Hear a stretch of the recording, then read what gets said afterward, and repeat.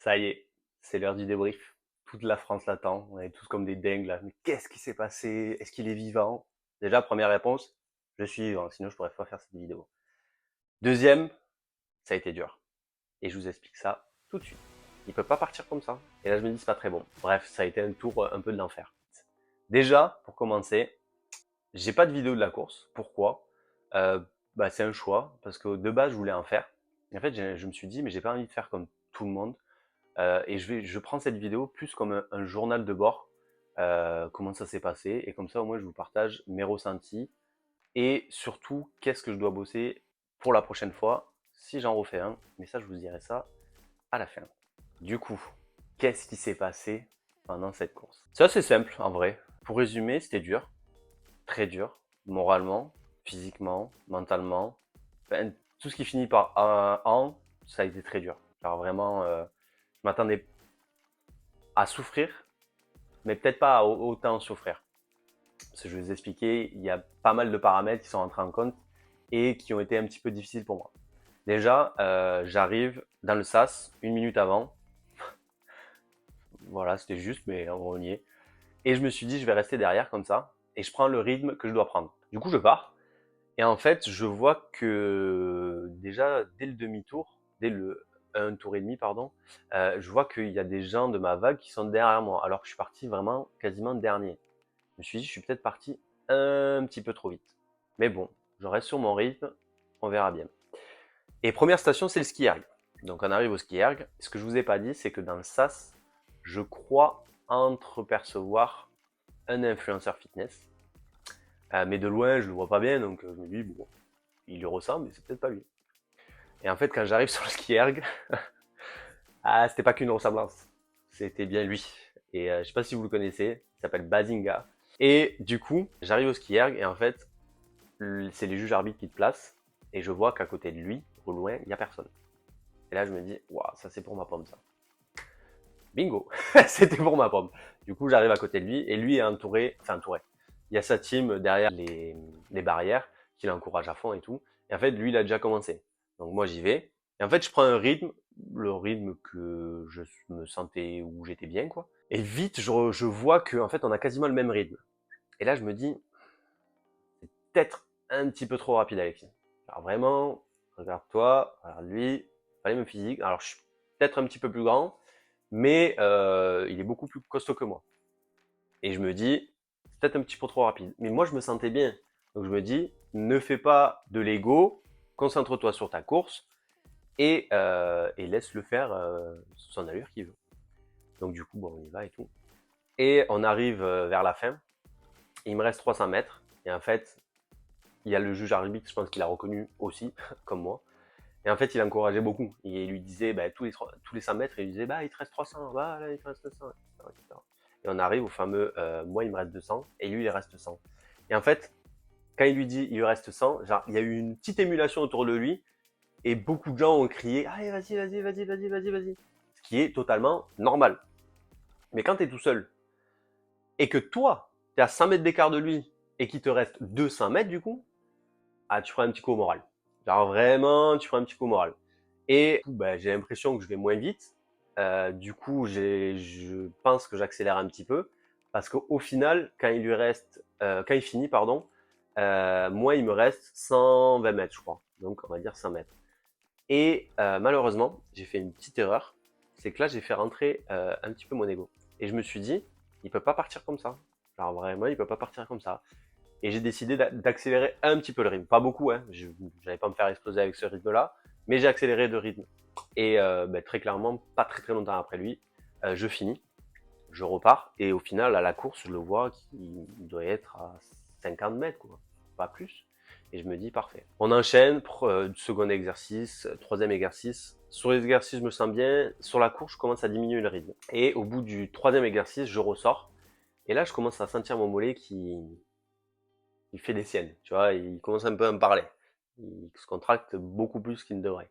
Et là, je me dis, c'est pas très bon.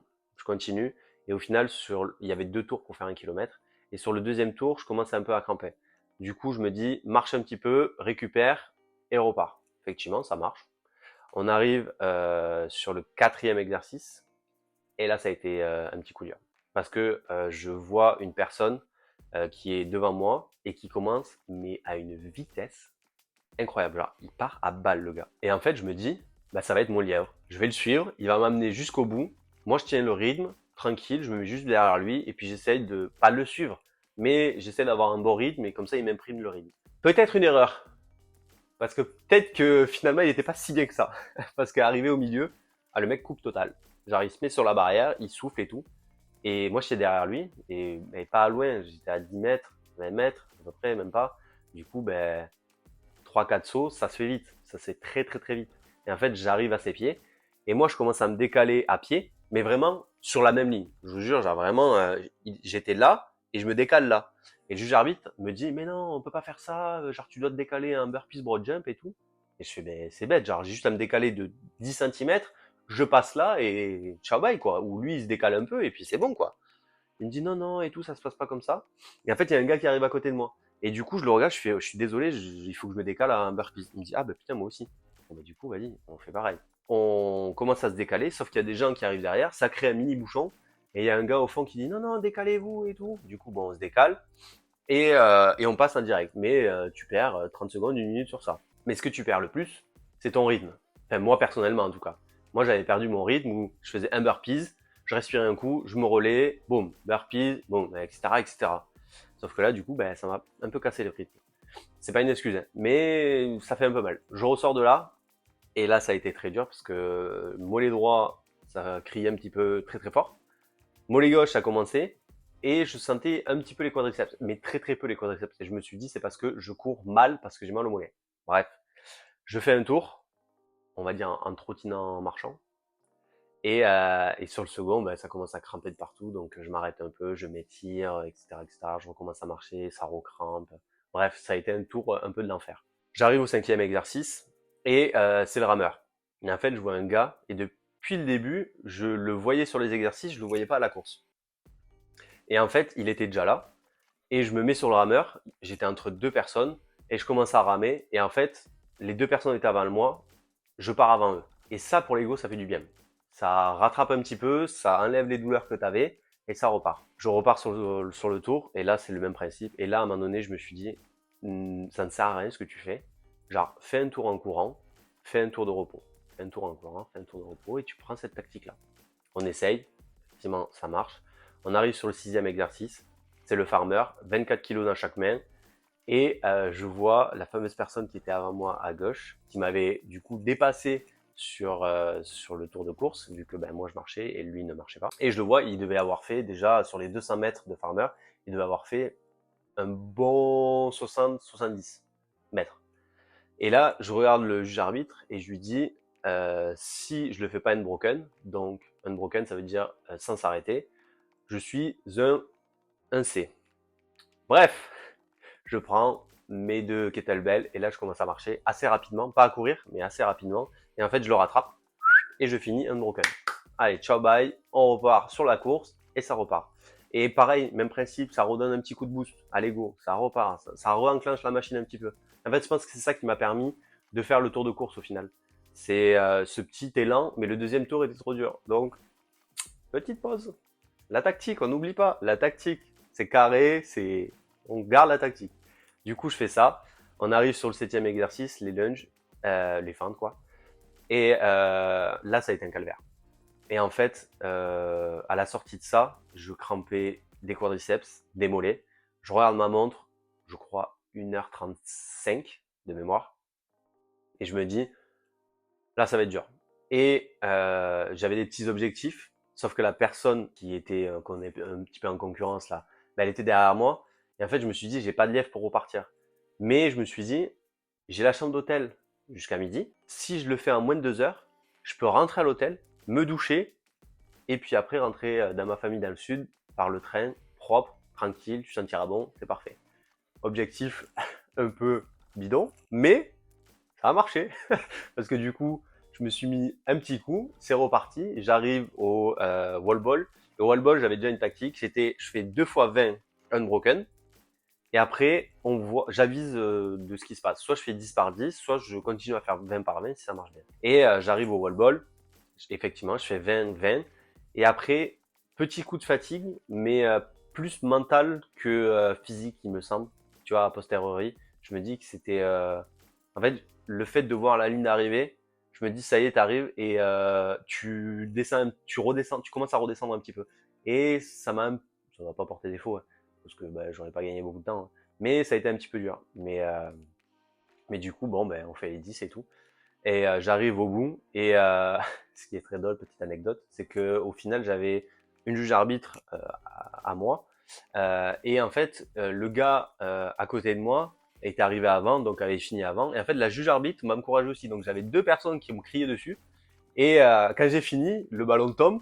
Et en fait, elle me crie dessus, allez, vas-y, va, là, il est arrivé. Et en fait, je me suis dit, elles ont été trop gentilles. Moi, mon temps, il va être tout bidon. Je peux prendre une minute pour les remercier. Du coup, leur ai tapé dans la main. Je leur ai dit, bah, merci beaucoup et tout. Vous avez été grave sympa. Et après, j'ai couru jusqu'à la ligne d'arrivée pour avoir ce fameux, je vais dire sticker, non, mais je sais pas comment ça s'appelle, mais ceci qu'on accroche sur les sacs. Tout ça pour vous dire que ça a été très très dur et c'est très marrant parce que quand on regarde les temps d'exercice, je suis entre la 300e et la 500e place pour au final faire un temps de 1,50 ou 1,51, ce qui correspond à la 735e place sur 810 ou 811 personnes. Donc c'est très paradoxal parce qu'en fait c'est la course qui m'a fait défaut et c'était un peu à prévoir parce que ben on s'entraîne pas trop. Je m'entraîne 2, 3, 4 fois par semaine maximum et jamais de course. Donc déjà, ça partait très très mal. J'avais couru une ou deux fois juste pour voir les sensations que j'avais. Donc, on avait fait deux trucs, mais à une allure très tranquille, vraiment. Voilà. Et en fait, je suis parti sur des bases que j'avais avant, mais c'est plus mes bases. Et en fait, si vous voulez performer à l'Aerox, si vous voyez cette vidéo et que vous vous dites, ben, j'ai envie de tester l'Aerox, entraînez-vous à la course. Les exercices, c'est pas que c'est facile, mais c'est faisable par une grande partie des personnes qui s'entraînent. Vous allez 2 fois à la salle par semaine, vous pouvez largement passer au travers des exercices. Alors pas performer sur les exercices, mais vous pouvez passer largement au travers de ça, sans non plus vous esquinter. Mais c'est la course qui va un peu diriger votre course et surtout le temps que vous allez faire. Donc du coup, après ça, j'ai eu le temps de prendre ma douche. Très agréable. Et du coup, ben, j'ai fait un contraste. J'ai fait chaud-froid, chaud-froid, chaud-froid. Moi, personnellement, en tant que prépa kiné, prépa physio, pardon, c'est ce que je préfère dans la récupération. Donc, les sportifs de haut niveau, souvent, vont bien froid, bien chaud. Je trouve que juste le froid, on n'a pas 100% de récupération. C'est un avis personnel. Après, il faut s'adapter selon les personnes. Mais moi, personnellement, pour mon corps, et je le vois au travers des coachings que j'ai et des patients que j'ai pu avoir, le chaud-froid marche très, très, très, très bien. Donc, du coup, chaud-froid. Et au final, petit verdict, parce que ben, là, on est à peu près une semaine et demie après la course. Ben, j'ai pas eu tant de courbatures que ça, surtout au mollet droit, parce que ben, en fait, ça a été le premier à avoir mal. Mais de toute façon, depuis l'échauffement, je sentais que j'avais une petite gêne, donc voilà. Il y a eu plus que des courbatures sur ça. Et finalement, ça a donné envie d'en refaire un. Et du coup, comme je vous disais, c'est mon petit journal de bord. Et je pense que si j'ai la possibilité de faire celui de Paris, je vais peut-être m'inscrire à celui de Paris. Et cette fois-ci, je vais vraiment m'entraîner. Enfin, vraiment. Je vais m'entraîner, en fait, pour ça. Peut-être faire un gros bloc de 12 semaines, ou très intense. Et l'objectif, c'est faire en dessous des 1h30. Parce que la moyenne, j'ai regardé après, la moyenne, c'est 1h35 sur des aérox. Donc, du coup, l'objectif, faire en dessous des 1h30. Et secrètement, mais je vais vous l'avouer, j'ai envie de faire 1h21, 1h20. Donc, gagner une demi-heure sur mon premier temps. Donc ça va pas être chose aisée, mais c'est mon objectif. Donc on va regarder peut-être pour l'Aerox Paris. En attendant, j'espère que cette vidéo vous a plu. Si vous avez aimé, ben, n'hésitez pas à vous abonner parce que moi ça m'a beaucoup plu. Et je pense que ben, je vais faire d'autres petites vidéos sur d'autres concepts. J'ai déjà commencé à réfléchir. J'ai pas mal de gens qui m'entourent qui me disent que ça peut être pas mal. Donc on va regarder, donc n'hésitez pas à vous abonner. Si vous avez des questions, posez-moi en commentaire toutes les questions qui vous passent par la tête, n'hésitez vraiment pas. Ou allez sur Instagram, il est juste en dessous, et posez-moi les questions en DM. Allez, à très bientôt, et sûrement à un Aerox.